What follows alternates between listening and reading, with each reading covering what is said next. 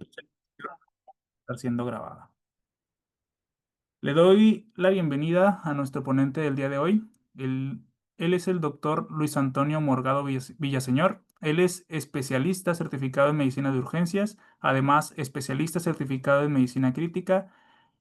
Tiene también capacitación en ecografía crítica por el Instituto Nacional de Cardiología y actualmente está cursando un fellow en terapia intensiva cardiovascular en el Instituto Nacional de Cardiología Ignacio Chávez. Es un amplio conocido acá por nosotros porque pues, nos ha estado apoyando en diferentes sesiones, clases, etc., etc., además de que tiene mucha participación activa en cuanto a enseñanza, docencia e investigación. Muchas gracias por acompañarnos, Doc. Entonces te dejo aquí el micrófono para que puedas llevar tu clase. Hola, ¿qué tal amigos? Pues un gusto siempre estar con ustedes, de verdad. Yo cada vez que me invitan, con mucho gusto, siempre les diré que sí. Me encanta estar con ustedes, me siento en casa. La Laguna a mí es mi segunda casa, como podemos decir. Y bueno, encantados de compartir con ustedes este tema, un tema asombroso, síndrome de Takotsubo. Y vamos a hablarlo desde el punto de vista del enfoque de urgencias, cómo hacer un diagnóstico rápido y tratamiento oportuno. En algún momento, si en algún momento tienes alguna duda, alguna pregunta, con toda confianza puedes aquí levantar la manita, mandar un mensaje para que no se te vaya a pasar la duda y que, bueno, al final el objetivo es que no te quedes con ninguna pregunta, con ninguna duda y el día que te enfrentes a un paciente que pudiera estar presentando un síndrome de Takotsubo, pues evaluarlo y saber cómo responder de manera eficiente. Muy bien. Entonces, ¿cuál va a ser el contenido de esta sesión? Vamos a hablar de la nomenclatura, algo de historia, de cuál es su epidemiología, que realmente está infradiagnosticado. A veces estamos limitados en algunos recursos, como por ejemplo el ultrasonido, la ventriculografía, la coronografía diagnóstica. Y bueno, nos puede pasar este diagnóstico. Vamos a hablar de la fisiopatología en el entendimiento, qué lo causa, la presentación clínica y el abordaje y tratamiento. Y vamos a tocar algunos tópicos también de cuando el paciente con síndrome de Takotsubo llega a presentar choque cardiogénico. Algunos mitos y conceptos. En el pasado se tenían algunas nociones previas de este síndrome y ha tenido múltiples nombres. La terminología ha ido cambiando. Se le conocía como cardiomiopatía de Takotsubo, miocardiopatía por estrés, miocardiopatía con abombamiento septal, perdón, apical sistólico, en fin. Se conocía, ahora la evidencia actual apunta a llamarlo síndrome de Takotsubo, así como se escucha, síndrome de Takotsubo, así es como nos vamos a referir a él.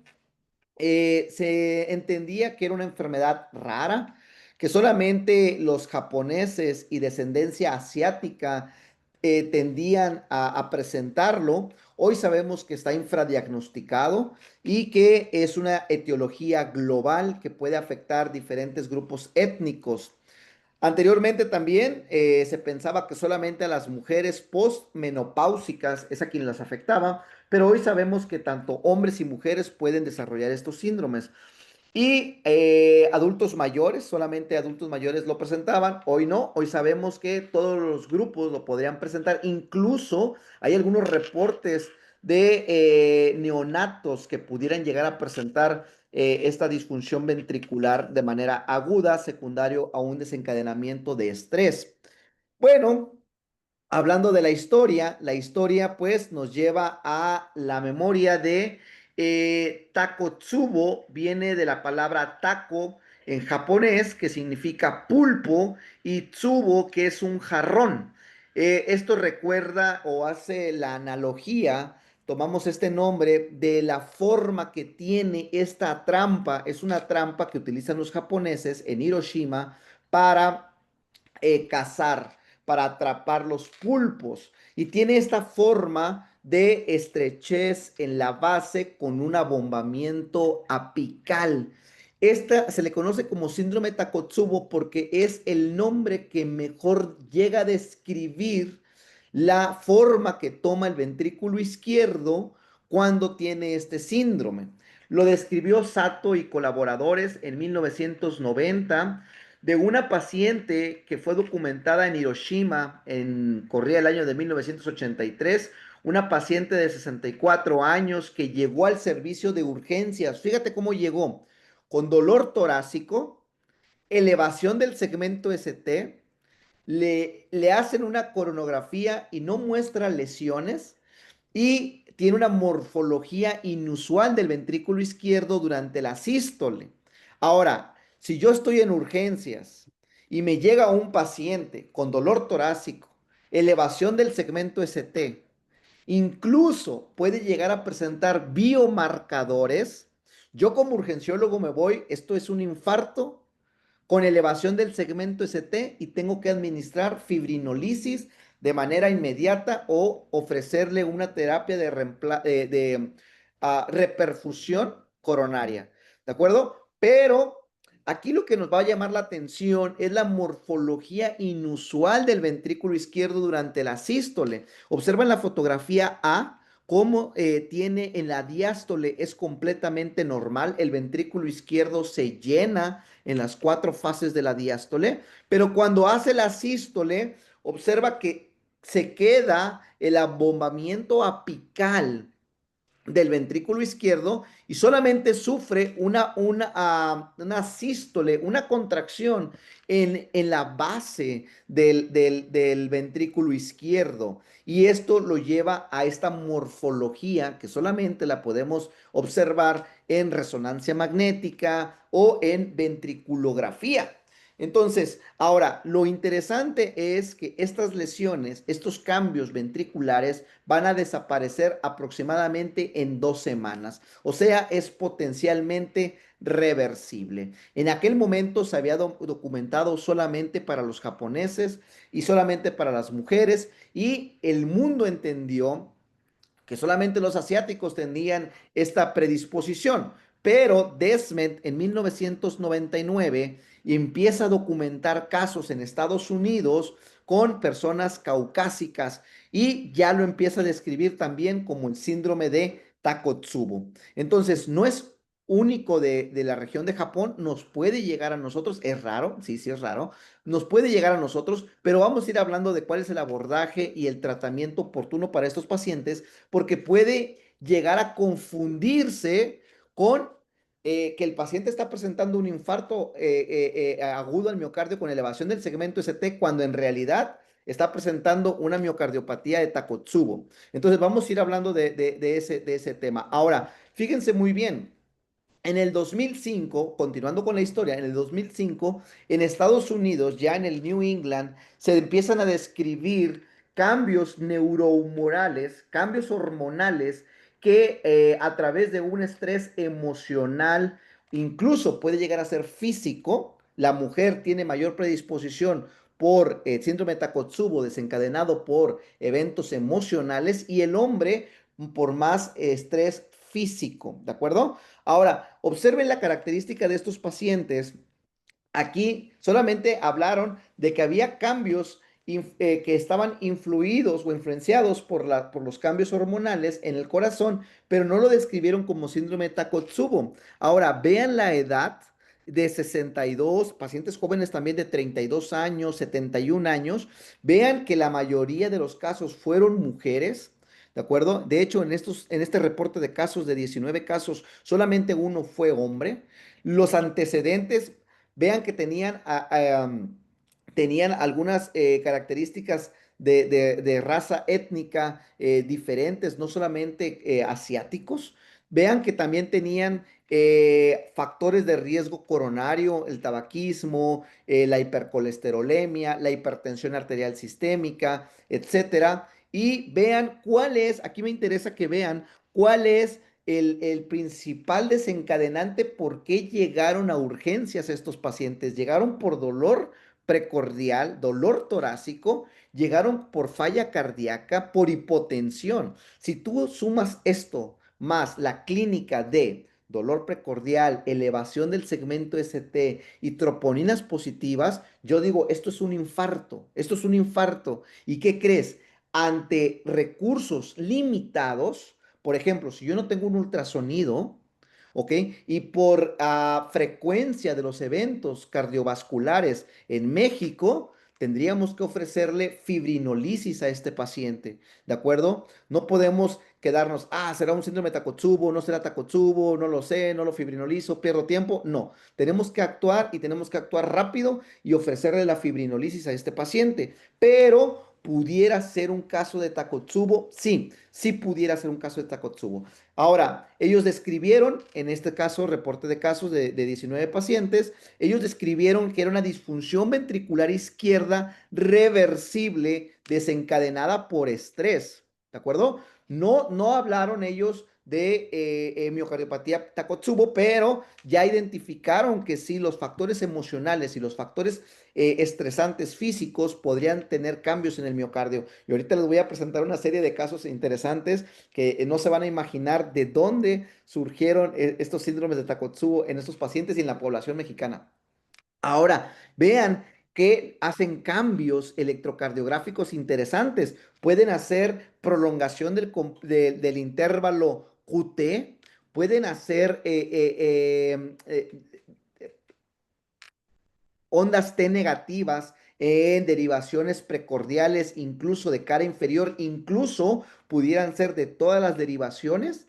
Y esto diríamos, es una cardiopatía isquémica o es una sobrecarga sistólica del ventrículo izquierdo. Entonces, tendremos que tener alguna forma de poder hacer este diferencial tan importante en la cardiopatía isquémica como en el síndrome de Takotsubo. Y lo más importante que documentaron, vean, en este eje tenemos la fracción de expulsión del ventrículo izquierdo y en este eje tenemos el tiempo que fueron pasando los pacientes. Aquí, por ejemplo, tuvieron un promedio de 20% de fracción de expulsión, o sea, de 65 tuvieron un estrés emocional, un estrés físico y se les cayó su fracción de expulsión hasta un 20%. Pero vean cómo con el paso del tiempo, al cabo de 3 a 7 días y hasta las 2 semanas, fueron recuperando la fracción de expulsión. ¿Qué es lo interesante? Que una cardiopatía isquémica no va a tener esta reversibilidad de la fracción de expulsión si yo no le ofrezco pues una terapia de intervencionismo coronario percutáneo, de ICP, ¿de acuerdo? Pero si yo soporto, aguanto, doy tolerancia hemodinámica a mi paciente con Takotsubo, mi paciente pudiera tener una recuperación de la fracción de expulsión del ventrículo izquierdo.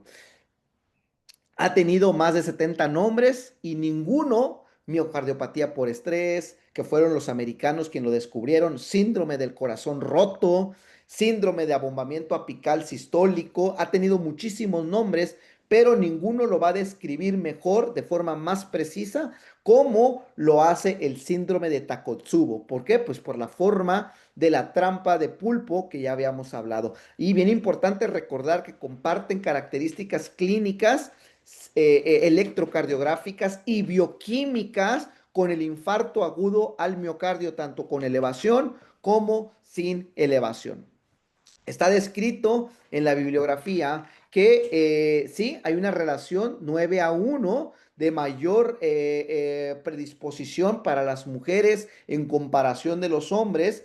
Eh, y que se llegan a presentar incluso en mayores de 55 años. Hay 5 veces más riesgo comparado con mujeres menores. Entre más edad tenga una mujer, mayor predisposición para presentar el síndrome de Takotsubo. En esta curva, en esta gráfica, podemos observar cómo las mujeres representan, vean los años, mayor de 65 o 67 años, tienen mayor predisposición comparado con los hombres que tienen la misma edad. Entonces, bien importante hacer esta referencia, mujer, evento emocional previo, esto es importante, que llega al servicio de urgencias con dolor precordial, cambios electrocardiográficos, es bien importante prender los focos rojos y pensar, pudiera ser un síndrome de Takotsubo. Si tengo la posibilidad de buscarlo intencionalmente, lo realizo. En caso de que no tenga la posibilidad, ofrezco fibrinolisis. Así está descrito y así se debería de hacer por la alta prevalencia de enfermedad coronaria aguda que tenemos en nuestro país y pues en México con todos los factores de riesgo cardiovasculares. Ahora, ¿cuál es la presentación clínica? Tenemos una fase aguda, la cual es en los primeros, que es transitoria, en los primeros 21 días. Y ahí es cuando el paciente se puede limitar con una fracción de expulsión reducida o se puede transformar a un choque cardiogénico secundario a síndrome de Takotsubo. Y ahorita voy a hablar de algunas variantes hemodinámicas que puede llegar a presentar este paciente, Sí, porque no sí, solamente es la pérdida de la fracción de expulsión del ventrículo izquierdo y no solamente es una disfunción sistólica, sí. pues el paciente puede tener alguna otra alteración. Hola, Y ¿qué tal? bien importante identificar, aquí tendríamos que extendernos un poquito más en el interrogatorio, en urgencias, que hacemos a nuestro paciente, aparte del acme, aparte del dolor precordial, aparte de preguntar si tomó algún medicamento, aparte de preguntar factores de riesgo, tabaquismo, sedentarismo, colesterolemia, diabetes, hipertensión, tenemos que agregar a nuestra historia Hola, hola. clínica que nuestro paciente puede haber presentado estrés físico o emocional en los 5 días previos. Incluso podríamos hablar de 5 días previos. Ahora, me voy a regresar un poco porque ¿cuáles son los principales factores desencadenantes? Vean, el estrés, en este reporte de 19 casos que hablábamos hace ratito, hablábamos, vean, accidente automovilístico, pero vean, la muerte de la madre del paciente, la muerte del papá, la muerte del esposo, la muerte de un amigo. Vean cómo la muerte de un familiar, de un ser querido, un evento trágico, malas noticias, la muerte de un hijo, son los factores más fuertes desencadenantes para presentar un estrés físico que llega a un impacto cardiovascular. Entonces, bien importante, presentación clínica, dolor torácico, disnea, marea y síncope. Esto mismo lo va a presentar el infarto. Tengan mucha precaución, pero pues hay que preguntar intencionalmente el estrés físico o emocional. Síntomas más asociados a la enfermedad causante, estrés emocional, etcétera. Y recordar que un paciente con síndrome de Takotsubo puede llegar a presentar choque cardiogénico por 4 mecanismos Sí, que sí, vamos a sí, sí. hablar Hola, más hola. adelante. Factores, bueno, algunos otros mitos y conceptos erróneos que habíamos tenido. Factores desencadenantes, solamente los emocionales. Sí, Hoy sí, sí, sabemos sí. que no. Hola, hola, hola, hola, hola, Físicos, hola, hola, hola. emocionales o ambos. Eventos negativos, en la evidencia actual se ha documentado que incluso hasta los positivos pudieran llevar a este estrés y a este desencadenante. Anteriormente se pensaba que no había eh, que no podría existir conjuntamente un feocromocitoma. Hay que recordar que feocromocitoma pues va a despertar una respuesta aminérgica sobre el corazón y que pudiera llevar a lesiones. Hoy sabemos que el feocromocitoma puede estar presente incluso para los intensivistas. Podemos Hola, tener un hola, paciente hola, en terapia hola. intensiva con hemorragia suracnoidea, con un evento vascular cerebral Hola, hola, hola, hemorrágico hola. isquémico y hagan disfunción ventricular secundario a un estrés aminérgico que el Sopa, paciente está presentando. Eh, sopa. Pedro Pérez sabíamos, Cerezo. pensábamos, ¿alguien puede Sopa, apagar sopa, sopa. su Sopa, micrófono, por favor, ahí? No sopa, sé. sopa.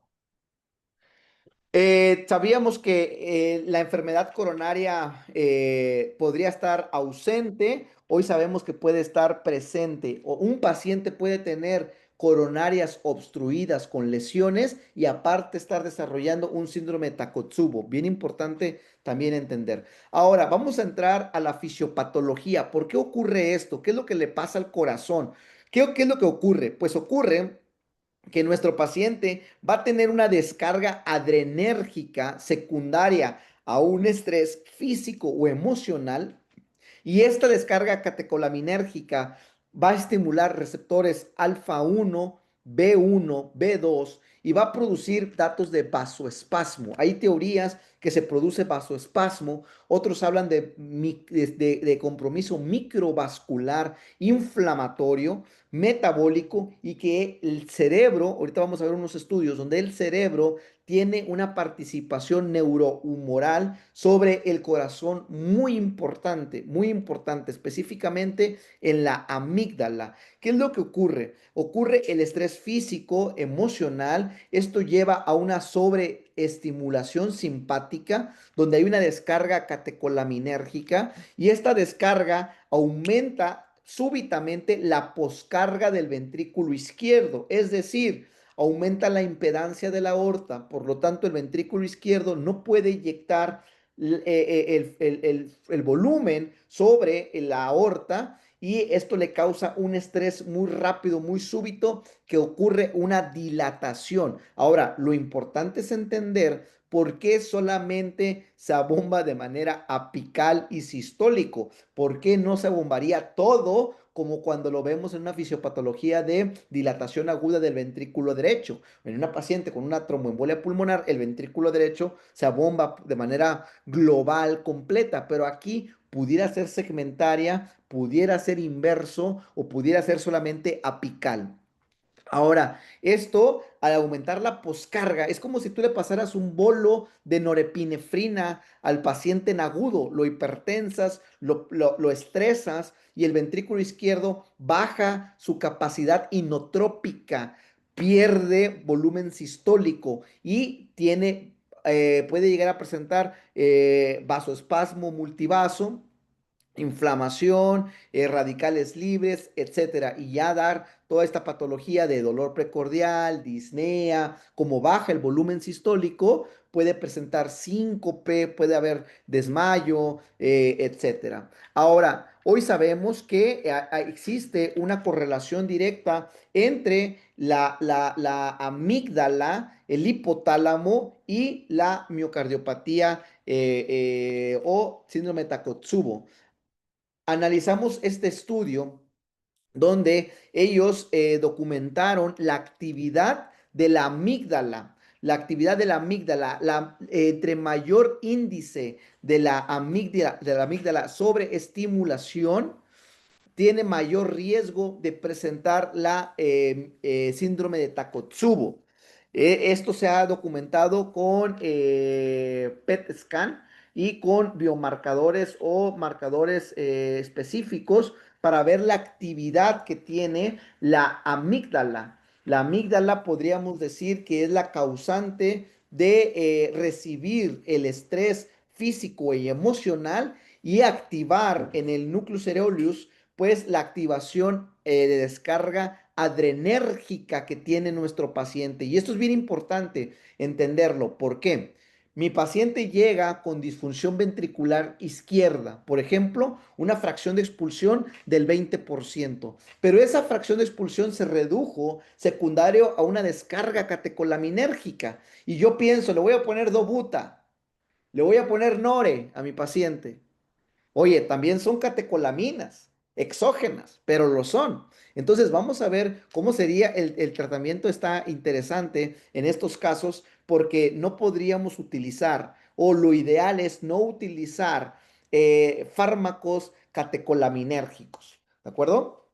Entonces, vean cómo tenemos pacientes que van a tener una baja susceptibilidad a la estimulación de la amígdala y estos, aunque tengan un estrés físico, vean aquí cómo lo están amarrando el hombre, lo está amarrando aquí la mujer con las esposas. Es un estrés físico para él, por supuesto.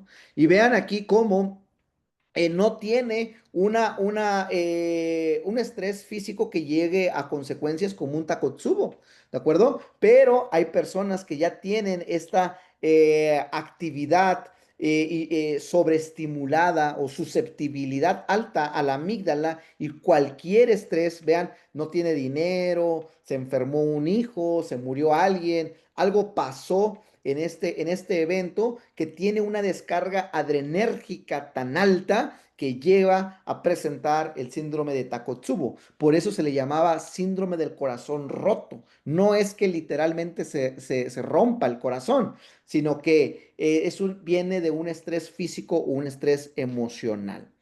Entonces, bien interesante. Puede haber isquemia transitoria, se ha documentado ruptura de placa, disfunción microvascular, espasmo coronario y la toxicidad a las catecolaminas. Ahora, ¿por qué se abomba el ápex? ¿Por qué se abomba el ápex? Vean la cantidad de receptores descritos aminérgicos que tiene el ventrículo izquierdo. El ventrículo izquierdo va a tener mayor, vean, mayor predisposición de receptores beta 1 y beta 2 en el ápex. ¿Por qué? Porque de ahí es donde obtiene su máxima contractilidad en su movimiento longitudinal, circunferencial y radial para la expulsión de la sangre hacia la aorta. ¿De acuerdo? Ahí es donde van a tener mayores receptores. Y si hay una lluvia de catecolaminas, esto lleva a disfunción o sobreestimulación de estos receptores adrenérgicos en el corazón y los lleva a pues activar el síndrome de Takotsubo. Entonces, ese es el entendimiento. Factores de riesgo, ya hablábamos, factores hormonales, género 9-1, mujer versus hombre, trastornos psiquiátricos previos, diabetes mellitus, abuso de sustancias, cannabis, está documentado también el asma y el EPOC. Ahora, hay algunos disparadores, triggers, hasta el 30% de los pacientes pudieran no presentar estos disparadores. En los hombres son más disparadores físicos y en las mujeres son más disparadores emocionales.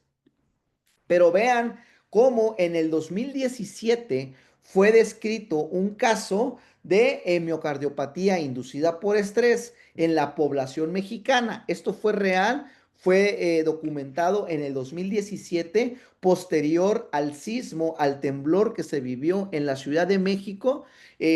Una mujer llega al servicio de urgencias con dolor precordial, la exploran, le hacen intervencionismo, le hacen la angiografía, sale negativa y le meten un pigtail en el ventrículo izquierdo, hacen la ventriculografía y observan el síndrome de Takotsubo, secundario a un desencadenante de estrés por el terremoto del 2017 que sufrió en septiembre la Ciudad de México. Pero no es el único caso. No es el único caso. Hay una mujer también confundió la comida de wasabi con aguacate y esto pues simplemente el hecho de haberlo confundido, le despertó cierto estrés emocional y bueno, desarrolló síndrome de Takotsubo, está descrito, así viene, incluso hay casos de ejercicio físico extenuante, pudiera llegar a presentar miocardiopatía por Takotsubo como la zumba, ese que bailan para bajar de peso, la zumba pues le provocó un estrés físico a la paciente y presentó su miocardiopatía de Takotsubo. Ahora, ya hablamos de los triggers, ya hablamos de la fisiopatología, ya hablamos que puede estar confundido con un infarto, ya hablamos que hay que tener esa exploración e interrogatorio dirigido en el factor desencadenante, físico, emocional, etcétera. ¿Por qué? Porque esto no solamente es de población asiática, sino que es a nivel global. Ahora, hay variantes de dilatación del ventrículo izquierdo y eso también es muy interesante. La forma típica, que es del 75 al 80%, es el abombamiento apical. Podemos observar aquí el ápex por la estimulación de los receptores, cómo se va a bombar solamente el ápex y las bases van a quedar planas o normales, que eso es lo que le da la característica de síndrome de Takotsubo. Ahora, tenemos algunas alteraciones como por ejemplo en los segmentos medios. Segmentos medios, que sería una variante, no es tan común, va del 10 al 20% de los casos. Y en la ventriculografía podemos observar cómo se abomban los segmentos medios del ventrículo izquierdo. O podemos tener un Takotsubo invertido, que es menos del 5% de los casos, está asociado a feocromocitoma y está asociado a hemorragia subaracnoidea, ojo, paciente que tenemos internado con un trastorno neurocrítico, una hemorragia intraparenquimatosa, subaracnoidea, o que tenga un traumatismo craneoencefálico que de repente hipotenso, hipotenso, hipotenso, chocado, lactato, hipoperfusión, tiempo de llenado capilar, y le echamos una ecoscopía y lo vemos dilatado, ese paciente está presentando una miocardiopatía por el eje neurocardíaco de la activación adrenérgica y tenemos que tratarlo con soporte cardiovascular, incluso pues avanzado. Incluso puede ser una otra variante, una afección solamente focal de una pared, la anterolateral o la inferoceptal o la anterior, la posterior, etcétera. Y aquí va a ser muy difícil diferenciar de un infarto. ¿Por qué? Porque la característica es que si un paciente tiene elevación del segmento ST de 2, de 3, ABF, yo pienso es una cara inferior, va a tener una asinesia o hipocinesia pues de la cara inferior, de la cara inferior o diafragmática, y ahí pudiera estar localizado el Takotsubo. Entonces, ahí sí va a ser muy, muy difícil el diagnóstico diferencial. Ahora, se utiliza esta clasificación, es una clasificación derivada de consenso de expertos. Ojo, consenso de expertos de internacional que se llama Intertac, y bueno, es para evaluar si mi paciente pudiera tener predisposición y tuviera estar presentando un síndrome de Takotsubo. ¿Qué es lo que va a tener? Pues disfunción ventricular izquierda transitoria, la cual se recupera a las 2 semanas posteriores y vamos a documentar abombamiento apical o engrosamiento de los segmentos medios o basales o focales del engrosamiento. Bien importante que esta disfunción ventricular, o sea, el paciente estaba bien, estaba estable, estaba tranquilo, viviendo una vida normal, pero fue desencadenado por un evento emocional, físico o mixto, pero no necesariamente tiene que ser indispensable. Eh, lo que lo puede también desencadenar son algunos trastornos neurológicos como la hemorragia suracnoidea, el evento vascular cerebral, crisis convulsivas y el feocromocitoma. ¿Por qué? Pues por toda la descarga adrenérgica que va a tener este paciente.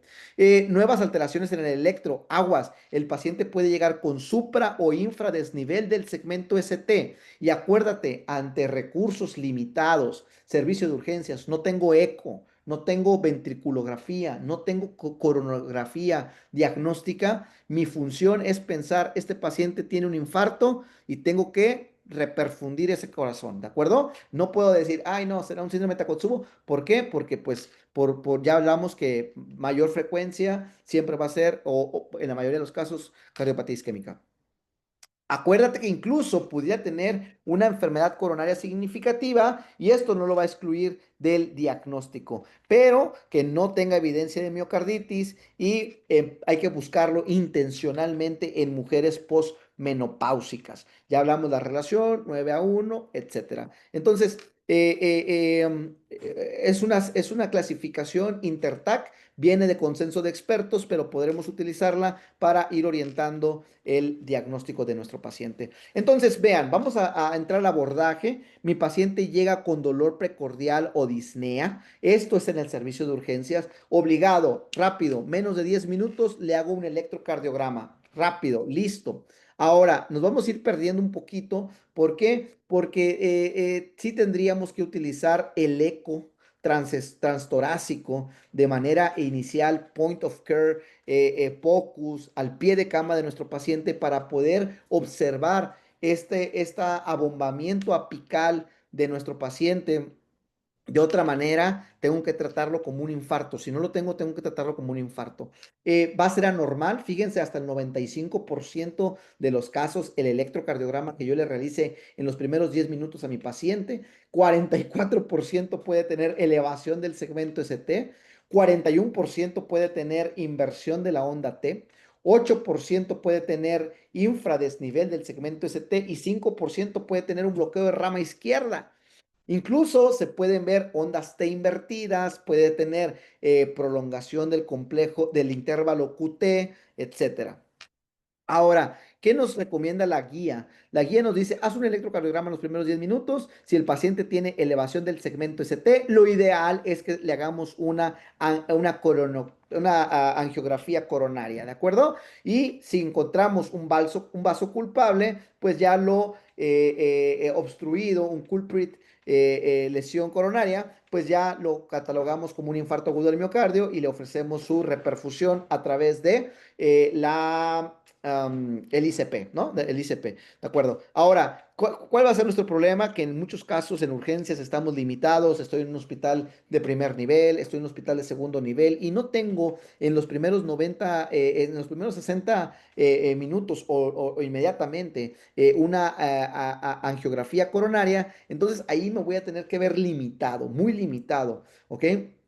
Ahora, si mi paciente no tiene elevación del segmento ST, yo utilizo la escala Intertac diagnóstica y veo si tiene menos de 70 puntos, pues hay baja probabilidad de que mi paciente esté presentando un síndrome de Takotsubo. Pero si mi paciente tiene más de 70 puntos en la evaluación Intertac, estoy obligado a hacer un eco transtorácico. Y aquí, nuevamente, pues nos vemos limitados en algunos hospitales, en algunos servicios, pero afortunadamente cada vez hay mayor capacitación, hay mayor entrenamiento y hay mayor, el médico de urgencias se involucra más con el eco o la ecocardioscopía para saber qué es lo que está pasando en mi paciente en el punto de atención de evento, ¿no? Focus. Ahora, si mi paciente está estable, yo incluso podría hacerle una angiotomografía, ¿de acuerdo? Una angiotomografía coronaria y evaluar si tiene alguna cardiopatía obstructiva crónica en mi paciente, ¿de acuerdo? Si mi paciente no está estable, ¿está de acuerdo? No está estable y tiene un abombamiento medio ventricular o apical o basal o regional. Vean, yo tengo que descartar estas cuatro cosas de mi paciente. Ahorita vamos a profundizar un poquito más en estas variantes hemodinámicas del síndrome de Takotsubo. Porque el síndrome de Takotsubo se puede presentar con cuatro variantes, no solamente con disfunción ventricular izquierda. Y aquí es pilar, es importante para un abordaje y un tratamiento óptimo en nuestro paciente. Si yo no ubico cuál es la fisiopatología hemodinámica de mi paciente, yo puedo llevar a cometer errores en el tratamiento de mi paciente. Cambios electrocardiográficos, ya hablamos de esto, inversiones de la onda T, elevación, desnivel negativo del segmento ST, cambios difusos, el QT, etcétera. Bueno, ya hablamos de esto. Fíjense que cuando tengo más de 70 puntos de Intertac, hablamos de una probabilidad hasta del 90% de que mi paciente esté presentando síndrome de Takotsubo. Ya también hablamos de esto, la coronografía, angiografía coronaria, bien importante para tratar de buscar lesiones coronarias que pudieran estar explicando un infarto agudo al miocardio, la cual el tratamiento es la reperfusión, fibrinolisis o el intervencionismo coronario percutáneo. Ahora, en la angio, que esto se lleva en sala de hemodinámica, podremos meter un pigtail al ventrículo izquierdo y aventarle contraste y hacer la ventriculografía y ver cuál es la forma, la morfología del ventrículo izquierdo, ¿de acuerdo? Ahora, y bien importante identificar si mi paciente pudiera estar presentando obstrucción del tracto de salida del ventrículo izquierdo, porque los síndromes de Takotsubo hasta un 20% llegan a presentar obstrucción dinámica del tracto de salida del ventrículo izquierdo. Y ahorita vamos a hablar de esa variante hemodinámica. Entonces, vean aquí cómo estamos en sala de hemodinámica y introducimos un pigtail al ventrículo izquierdo, metemos contraste y podemos observar el abombamiento apical en esta primera ventriculografía. Podemos observar el abombamiento apical que tiene el ventrículo izquierdo durante la sístole, cómo se abomba, incluso podemos observar las paredes laterales del ventrículo izquierdo. Si yo estoy viendo el ventrículo izquierdo de manera acostadito, las paredes laterales abomban o el ápex o las regiones basales. Por ejemplo, aquí podemos, en la tercera ventriculografía, podemos observar cómo se dilata más los segmentos basales, que sería un Takotsubo invertido, ¿de acuerdo? Son variantes que tenemos de esta presentación clínica. Ahora, bien importante y por favor, cada vez más tenemos que introducirnos en la ecografía transtorácica, en el punto de atención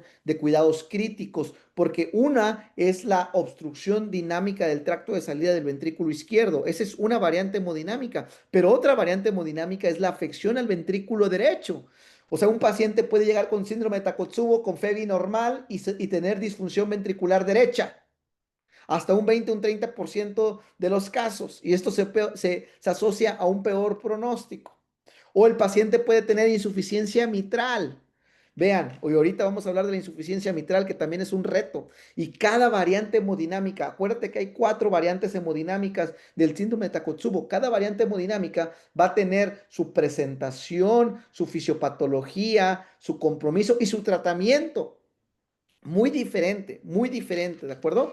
Entonces, vean, el choque cardiogénico se puede llegar a presentar hasta el 20% de los casos de síndrome Takotsubo. ¿Qué quiere decir? Que bueno,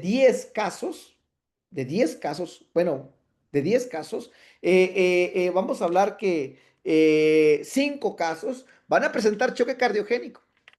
Y ahora, observamos, vean estas 4 variantes hemodinámicas de presentación de Takotsubo presentando choque cardiogénico. Vean, el más común, más frecuente, es la falla de bomba, o sea, una falla ventricular izquierda. ¿Qué ocurre? Se dilata el ápex y pierde contractilidad. Se puede caer la FEBI hasta un 35 o hasta un 20%. Ahora, ¿por qué fue esto? Por una descarga adrenérgica. Entonces, el soporte hemodinámico tiene que ir enfocado en ayudar al ventrículo izquierdo en su contractilidad. ¿Por qué? Porque es lo que está afectado. ¿De acuerdo? Pero no se recomiendan aminas catecolaminérgicas. Y yo estoy casi por 80, 100% seguro que si yo tengo un paciente que tiene una disfunción ventricular izquierda con FEBI reducida, digo, dobutamina y norepinefrina. No, en este caso no. No se recomienda dobutamina ni norepinefrina porque son aminas catecolaminérgicas. Entonces, ¿qué es lo que se recomienda en la disfunción ventricular izquierda? Cuando tengo síndrome de Takotsubo y choque cardiogénico. Ojo, ¿de acuerdo? No vayan a decir, no, es que el choque cardiogénico no se usa dobutanore. No, no, no, no, no. En síndrome de Takotsubo porque la fisiopatología fue por descarga catecolaminérgica. Se recomienda levosimendan entre 0.05, 0.1, 0.2 microgramos kilo minuto y como vasopresor, porque el paciente se te puede hipotensar por el levosimendan, le vamos a poner vasopresina. Vasopresina desde 0.01 unidades hasta 0.06 unidades minuto. ¿De acuerdo? Entonces, ahí los vasopresores e inotrópicos de elección no son catecolaminérgicos. Ahora, como mi paciente tiene una disfunción ventricular izquierda, yo puedo utilizar dispositivos de soporte mecánico o circulatorio, por ejemplo, mecánico, el Impela. El Impela es una maravilla porque entramos vía femoral, accedemos a la aorta abdominal, aorta torácica, subimos hasta la válvula aórtica y guiado por ecografía transesofágica se coloca el dispositivo, el cual es un dispositivo de turbina microaxial que va a descargar el ventrículo izquierdo. De hecho, en choque cardiogénico por infarto agudo del miocardio, ojo, no es el mismo contexto, Impela ya demostró aumentar la probabilidad de sobrevivir, que cosa que no lo ha hecho el balón de contrapulso, ni siquiera el ECMO venoarterial. Otra opción, cuando tengo una falla ventricular izquierda, sería el balón de contrapulso intraórtico.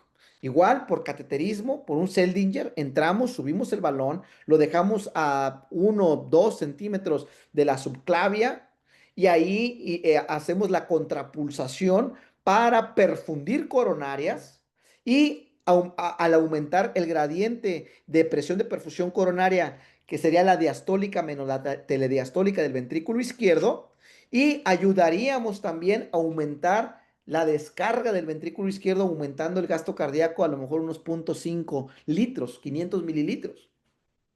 Y vean cómo no se recomienda las catecolaminas adrenérgicas, ¿no? Y otra opción sería el ECMO venoarterial. El ECMO venoarterial, que en síndrome de Takotsubo sabemos que tiene buenos resultados. ¿Por qué? Porque va a tener una reversibilidad a las 2 semanas. Y entonces disminuimos la carga ventricular izquierda, lo conectamos a ECMO a nuestro paciente y sin problema. ¿De acuerdo? Lo soportamos hasta que se recupera el corazón, aumenta el gasto cardíaco nativo y le volamos el ECMO. ¿Ok? Ahorita voy a presentar un caso que tuvimos con ECMO venoarterial en un paciente con síndrome de Takotsubo. Bueno, esta es la presentación hemodinámica número uno. La presentación hemodinámica número dos es que mi paciente pueda llegar a presentar una falla ventricular derecha. Vean, falla ventricular derecha. Aquí, nuevamente, no se recomiendan las catecolaminas aminérgicas, no dobutamina, no norepinefrina. ¿De acuerdo? ¿Qué tendríamos que utilizar? ¿Cuál es el inotrópico que tendríamos que utilizar ante una falla ventricular derecha? Quizás milrinona. Quizás milrinona sería una opción de soporte ventricular derecho. ¿Se me puede hipotensar mi paciente? Sí, le pongo vasopresina. ¿De acuerdo? Vasopresina. ¿De acuerdo? O levosimendan vasopresina sería una opción. ¿Ok? Ahora, no se recomienda el uso de diuréticos. Aquí para nada le vayas a poner diuréticos a este paciente. Si tú le pones diuréticos a este paciente, vas a tumbar la precarga del ventrículo derecho y vas a llevar a mayor colapso hemodinámico del ventrículo derecho. Entonces tienes que tener una optimización de líquidos. Y aquí estaría justificado evaluar, administrar 3 a 4 mililitros por kilo y revalorar con eco cómo está el gasto cardíaco derecho, cómo está la congestión portal, cómo está la vena cava, porque nos está hablando de presiones de llenado del ventrículo derecho. ¿Ok? Aquí podríamos utilizar balón de contrapulso, pues realmente no tendría tanta evidencia un balón de contrapulso porque es soporte ventricular izquierdo. No tengo una posibilidad de ofrecer soporte ventricular meramente derecho, pero si tengo un gasto cardíaco bajo, si mi paciente está hipoperfundido, pudiera valorarlo. O podría ser una presentación biventricular y ahí sí, el ECMO venoarterial, incluso el balón de contrapulso pudiera ser una opción. El que sí definitivamente no, pues sería el Impela, ¿no? Porque el Impela solamente da soporte ventricular izquierdo. Ahora, otra situación que se puede presentar es la insuficiencia mitral aguda. Y esto nuevamente es el tercer patrón hemodinámico del Takotsubo. Y la insuficiencia mitral aguda puede ser por dos mecanismos. Como se dilata el ápex del ventrículo izquierdo y se quedan las bases, puede traccionar, puede jalar el anillo mitral y producir una insuficiencia mitral, ¿de acuerdo? Y esto también tenemos que evaluar si está ocurriendo dilatación del anillo o si está ocurriendo un fenómeno que se llama SAM. Esto es algo nuevo para los médicos de primer contacto, médicos de urgencias, incluso algunos intensivistas. No conocemos lo que es el SAM. El SAM es un movimiento anormal de la valva anterior de la válvula mitral. Es un movimiento anormal. Ahorita lo voy a explicar mejor. Pero este movimiento anormal de la valva anterior de la mitral llega a ocluir, tapa el tracto de salida del ventrículo izquierdo. ¿De acuerdo? Y esto es algo muy, muy importante identificar, porque vean, hasta el 33% de mis pacientes con síndrome Takotsubo van a tener obstrucción del tracto de salida del ventrículo izquierdo. ¿Y qué crees? La obstrucción del tracto de salida del ventrículo izquierdo no se trata con inotrópicos, no dobutamina, no levosimendan, no milrinona y por el amor de Dios, no norepinefrina. ¿Por qué? Porque vas a aumentar más la obstrucción del tracto de salida del ventrículo izquierdo. Entonces, ¿con qué se trata? Se trata con beta bloqueadores de acción corta. Oye, pero mi paciente está chocado, está hipoperfundido, estás loco, ¿cómo le vas a poner esmolol a tu paciente?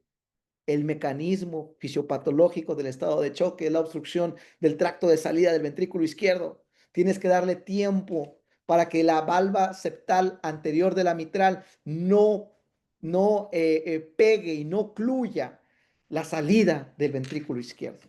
¿De acuerdo? Si tú le pones a un paciente que tiene obstrucción dinámica norepinefrina y dobuta pensando que eso lo va a recuperar, déjame decirte que este paciente le vamos a aumentar la mortalidad con esas decisiones erróneas. ¿Y todo por qué? Pues porque no tenemos forma de cómo hacer ecografía al pie de cama del paciente.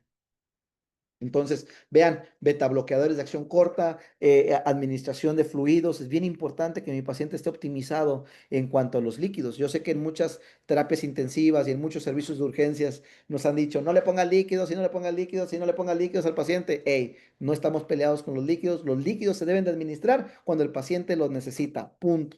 ¿De acuerdo? Punto.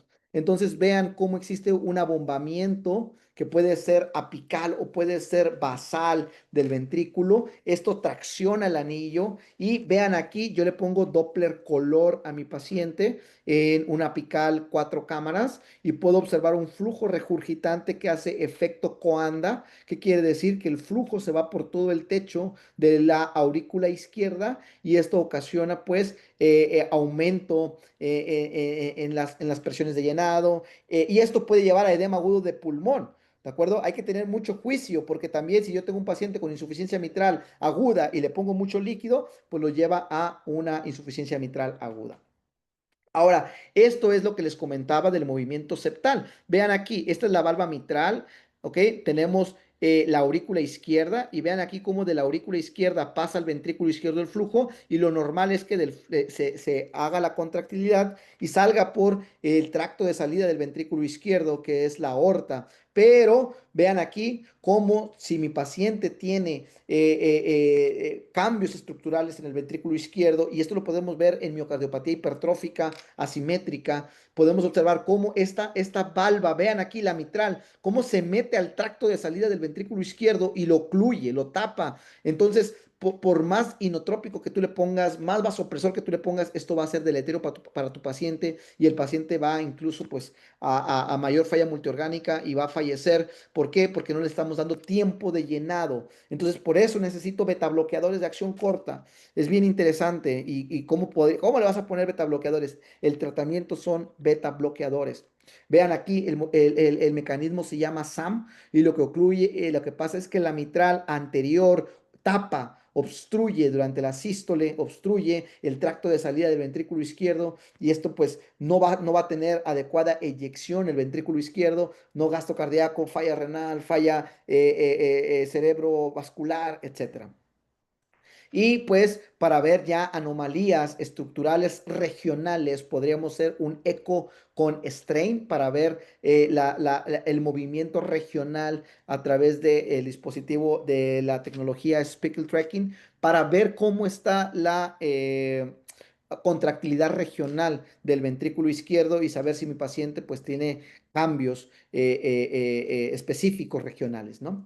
Vean aquí, esos son ecos reales cómo tenemos el abombamiento apical, vean, en apical 4 cámaras, tenemos el abombamiento apical y pues una hipocinesia generalizada del ápex. ¿Sí? Aquí el ventrículo izquierdo pues está insuficiente y vean lo que tendríamos que descartar es cómo está el flujo a través del tracto de salida del ventrículo izquierdo. ¿Cómo hacemos esto? Le ponemos un Doppler pulsado como si fuéramos a calcular un gasto cardíaco y veo la morfología del ITB. La morfología del ITB debería de ser pues parabólica. Si mi ITB es en espiga, en daga, le llamamos en daga, ese paciente tiene una obstrucción del tracto de salida del ventrículo izquierdo y la mejor forma de revertirlo es con beta bloqueadores o dar soporte, más bien dar soporte, hasta que el paciente pueda recuperar su funcionalidad normal, ¿de acuerdo? Hay algunas situaciones, acuérdate, un paciente con hemorragia, enfermedad terminal, hemorragia intracraneal, puede presentar síndrome de Takotsubo. El paciente se te choca de manera rápida, importante, una bacteremia, etcétera. Puede llegar a presentar síndrome de Takotsubo. ¿Ok?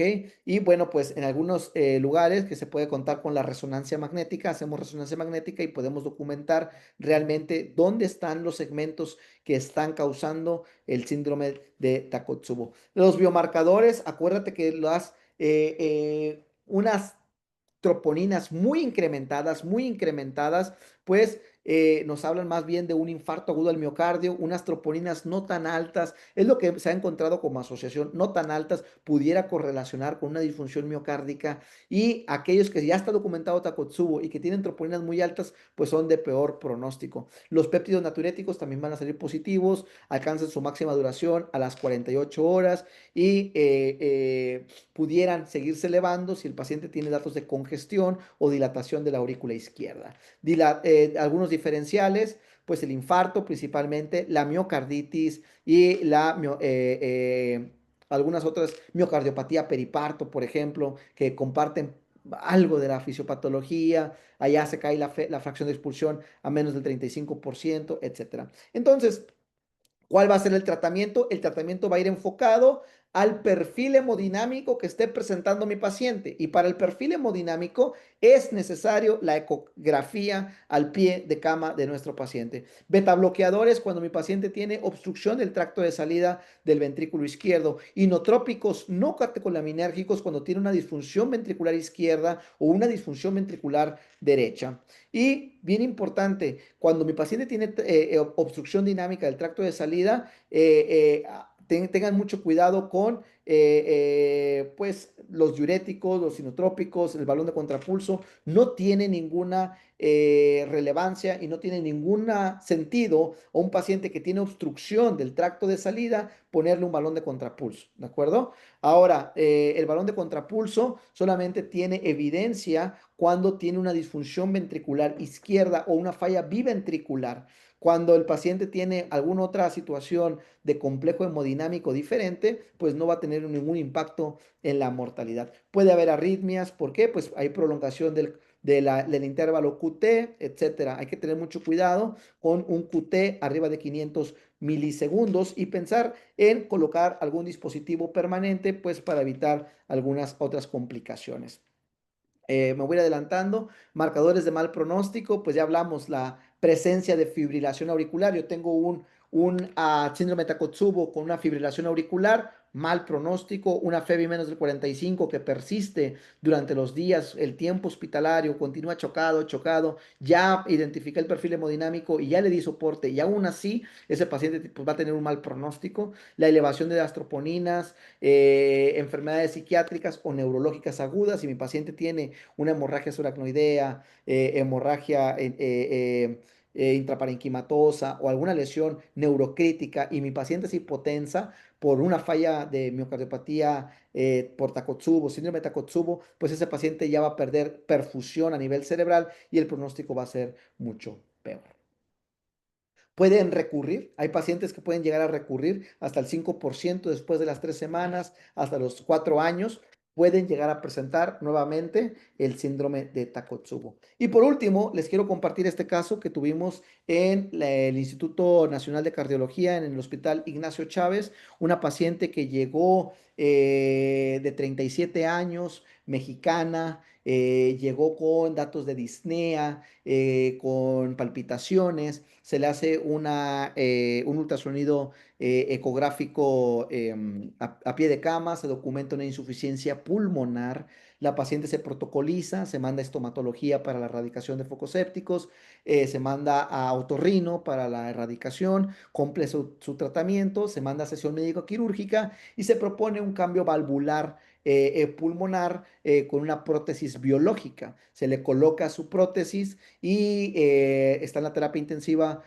cardiovascular con nosotros y se egresa a piso, se va a casa, está estable, está tranquila. Sin embargo, la paciente empieza otra vez con dolor precordial, con hipoperfusión y con disnea, llega al servicio de urgencias, no se podía acostar la paciente, le hacemos otra ecografía y encontramos un derrame pericárdico masivo. Por lo tanto, le hacemos pericardiocentesis de manera aguda y la paciente pasa a la terapia intensiva cardiovascular, pues para el control y seguimiento. Sin embargo, la paciente empieza con disfunción biventricular severa y hicimos ventriculografía y documentamos dilatación de la zona apical del ventrículo izquierdo compatible con una miocardiopatía por Takotsubo, una síndrome de Takotsubo que lo desencadenó un factor estresante, que fue el derrame pericárdico, que fue la cirugía cardíaca con el cambio valvular pulmonar biológico y llegó con estos cambios electrocardiográficos, con las ondas T invertidas en las derivaciones precordiales.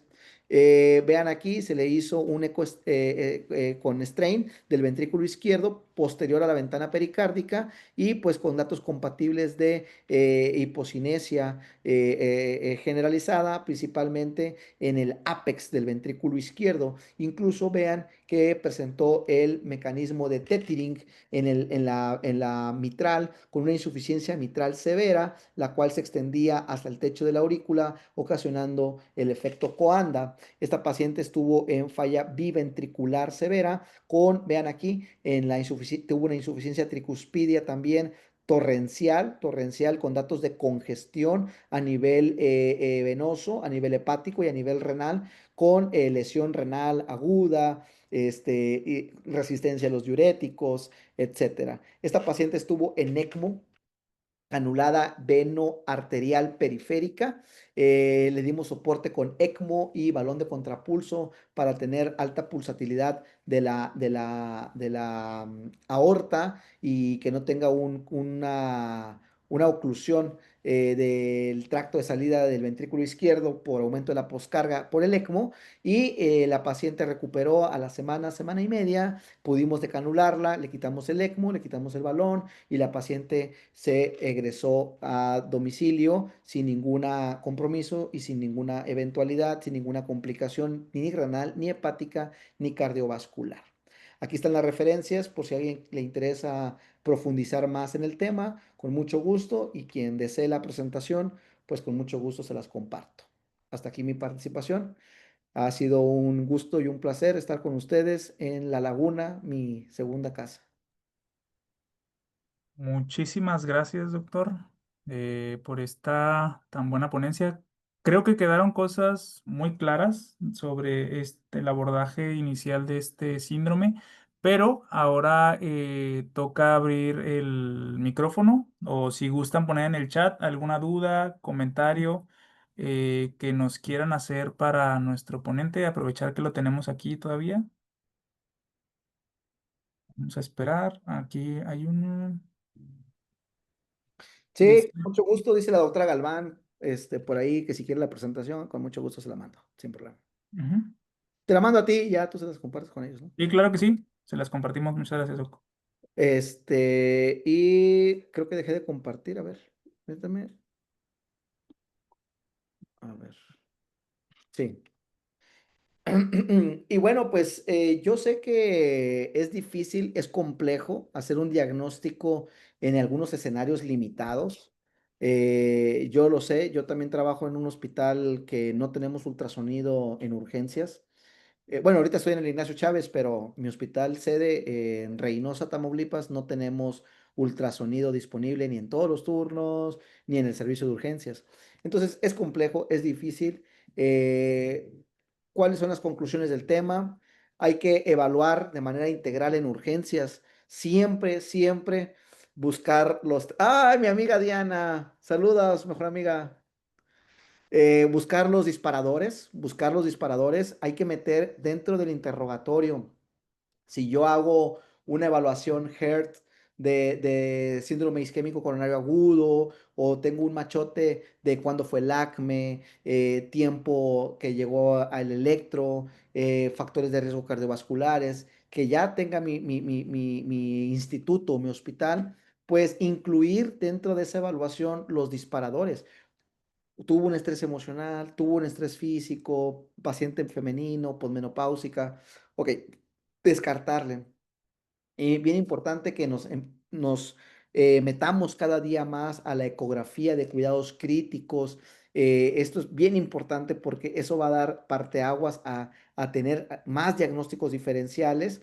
Identificar, ya identifiqué que mi paciente tiene un síndrome de Takotsubo, tengo que ver el perfil hemodinámico, tiene disfunción de bomba, o sea, ventrículo izquierdo puro, tiene disfunción de derecha pura, tiene biventricular, tiene insuficiencia mitral o tiene obstrucción del tracto de salida del ventrículo izquierdo. Y esto es bien importante porque una mala identificación, una mala evaluación de mi paciente puede ser que yo le ponga dobutamina y norepinefrina a mi paciente y realmente en el Takotsubo lo va a lastimar más porque hay mayor estimulación catecolaminérgica. Entonces ahí un inotrópico tipo levosimendan, milrinona o vasopresina sería una opción. De otra manera, tracto de salida ocluido, optimizar volumen y beta bloqueadores de acción corta. Buscar las complicaciones y el soporte hemodinámico, ¿no? Yo me quedaría con eso, amigo. Excelente. Sí, sí, es algo muy complejo, ¿no? Doy muchísimas gracias al doctor por esta ponencia. Estoy seguro que no será la última vez. Estaremos mucho más en contacto para próximos proyectos y cosas en lo que también nosotros como sociedad podamos apoyar. Aquí hay no sé si es una pregunta es el doctor Juárez, Omar Juárez Ah, Sabe. Sabemos la relación de falsos positivos en el diagnóstico por eco transesofágico y transtorácico. La relación de falsos positivos. Ok. Sí, sí, sí, sí, claro, por supuesto, por supuesto. El eco transtorácico y el eco transesofágico tiene una curva interesante de aprendizaje. No es lo mismo tomar el eco y hacer una vaina del nervio óptico que tiene una curva de aprendizaje, o un FAST que tiene una curva de aprendizaje un poquito más práctica, sencilla, rápida de adquirir. El eco transtorácico sí, efectivamente, puede tener algunos falsos positivos, decir, está Kotsubo, y cuando realmente es un infarto, ¿no? Claro, por supuesto. Con precisión de cuánto es el porcentaje, realmente lo desconozco, no tengo la cifra exacta, pero claro que sí. Incluso pudiéramos tener una presentación apical del síndrome de Takotsubo, atípica, perdón, del síndrome de Takotsubo como cambios segmentarios, solamente una parte, y decir, es un Takotsubo regional, es el 1% el que se presenta. Yo pensaría, es un infarto. O sea, ante la duda, esto es un infarto y como lo dije, somos urgenciólogos. Yo tengo un paciente que no tengo eco, no tengo forma, lo tengo que tratar como infarto. Sí o sí, le tengo que ofrecer la fibrinolisis y le tengo que mandar a ICP. ¿Por qué? Por probabilidad, factores de riesgo cardiovasculares, me puedo topar más fácil con un infarto que con un Takotsubo. ¿De acuerdo? El Takotsubo sería como de exclusión. Decir, bueno, no le encontré placa. Incluso si no le encuentras placa, podría ser un Minoca. O sea, podría ser un Minoca y estar ante un síndrome isquémico coronario. ¿De acuerdo?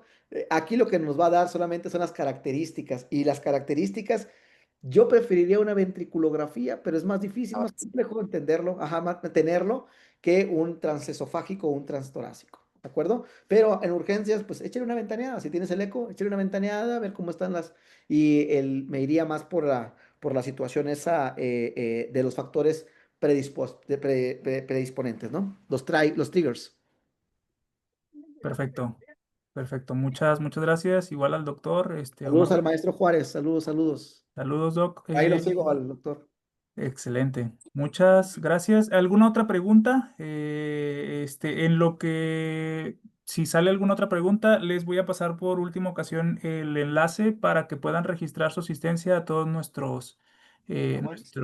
asociados Está para que jalando. genere su constancia en los siguientes días. Igualmente al doctor Morgado, en los siguientes días le haremos llegar su Luis su Morgado. constancia, su constancia para hacer oficial su participación en nuestra sesión. Si no hay ninguna otra pregunta, doy por concluida esta sesión y los esperamos en el siguiente mes. Les estaremos avisando. Muchas gracias, doctor. Estamos en Y ahorita A contacto. ustedes, amigos. No, Sí, no me digas, cuídense doctor. mucho. Somos Y, amigos. sí, nos vemos. Cuídense.